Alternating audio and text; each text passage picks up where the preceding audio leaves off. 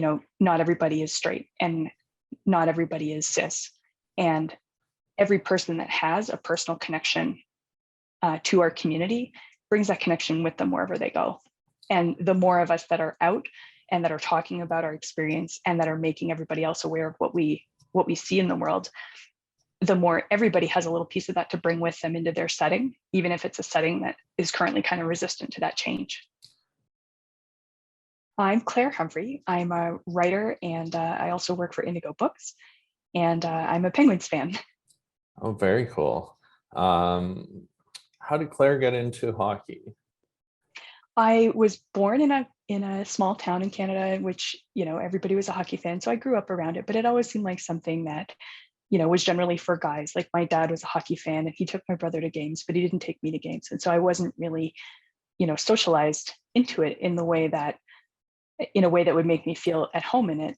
And it wasn't until I was an adult that, and I realized I was part of the LGBT community, and I became aware that a lot of people in that community are sports fans, and that my desire to be a sports fan wasn't actually out of place or strange.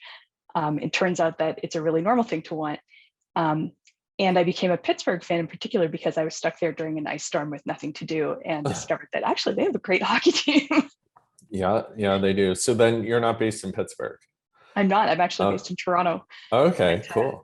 It was really clear to me growing up that becoming a Leafs fan was just a path of heartbreak. Yeah, I think you have to be a bit of a masochist to become a Leafs fan. What do you love about hockey? I love the speed of it. I love the way that plays evolve from one end of the ice to the other. I love goalies, who are such interesting characters, and the sort of like mythos around being a goalie and what kind of person would choose that role is very fascinating to me. Clint Malarchuk was a person who was very fascinating to me from the get-go. And because I work for Indigo, I got to have lunch with him when his book came out. And that was a fantastic experience. He's been through so much in his life, and he's such a great advocate for breaking down toxic masculinity in the sport and encouraging male hockey players to get in touch with themselves and express their vulnerability and seek help when they need help.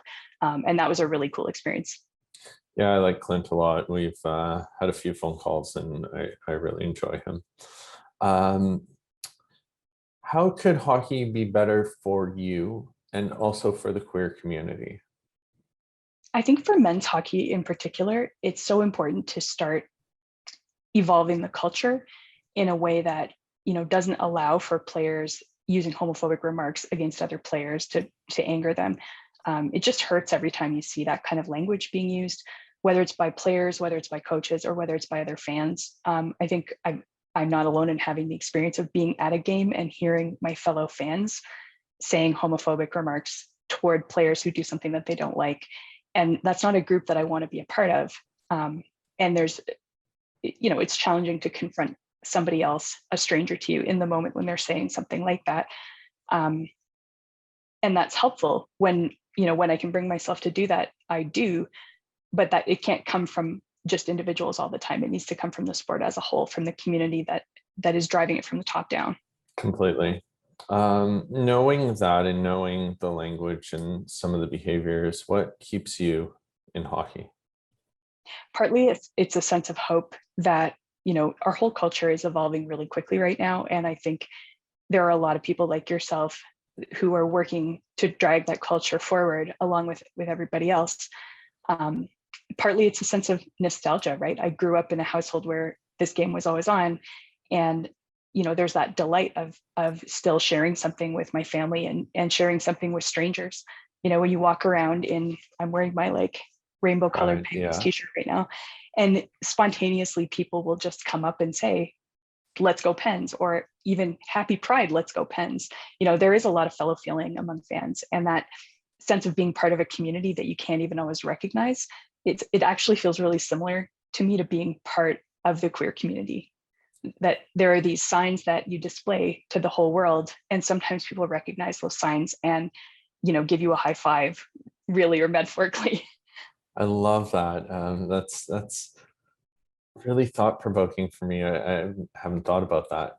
I really like that. what gives you, you mentioned hope, but what gives you hope for the queer community in the sport, or for queer people in the sport? Partly women's hockey does. Mhm. I think that that side of the culture is a lot more consistent with the rest of the world we live in being accepting of everybody. I mean, there's work to be done there too. I don't mean that it's like all wonderful and perfect, but I think that homophobia against men in male dominated cultures is stronger and more visible right now. And there are a lot of people like yourself that are working to break down those barriers and encouraging people, to take it seriously, to get educated, to change their language. Even the NHL is a little more serious than they used to be about finding people for using inappropriate language. And they should keep doing that. But more than that, they need to have, real education for players in the locker room. What does this look like? But one of the things that gives me hope about that is that education is happening to everybody across the board, whether you're part of the NHL or of hockey culture or not. And there's a trickle through effect. I don't want to call it a trickle down because sometimes it's coming very grassroots. Mhm. But lots of those players are growing up in families where, not everybody is straight and not everybody is cis. And every person that has a personal connection to our community brings that connection with them wherever they go. And the more of us that are out and that are talking about our experience and that are making everybody else aware of what we see in the world, the more everybody has a little piece of that to bring with them into their setting, even if it's a setting that is currently kind of resistant to that change. I really like that, and I think it's so critical. It's interesting. Everywhere I've gone to speak, whether it's a sports locker room, whether it's a corporation, I always ask, who here knows somebody who identifies as part of the LGBTQ plus? And at least 90% of the hands go up everywhere. And that's interesting to me because I find in the locker room settings, we don't connect the dots that, hey, these words are impacting your cousin, your best friend, your aunt, your uncle, your like whoever Yeah. in your life that and we need to connect those dots and put that human face to words, the impact it has. And it's one of the things that I think you're doing with this project, right? There are a whole lot of us that are part of it. And I feel like having this many people saying, hey, this matters to us. It matters to me that when I see my hockey playing heroes talk, that I know that they're considering the impact of their words. Yeah. Claire, is there anything else you'd like to add? Just to say thank you for doing this. And I'm so looking forward to seeing what it becomes. Well, thank you for taking part. Thank you for being a part of the hockey community and for being so openly, authentically yourself. It matters. Thank you.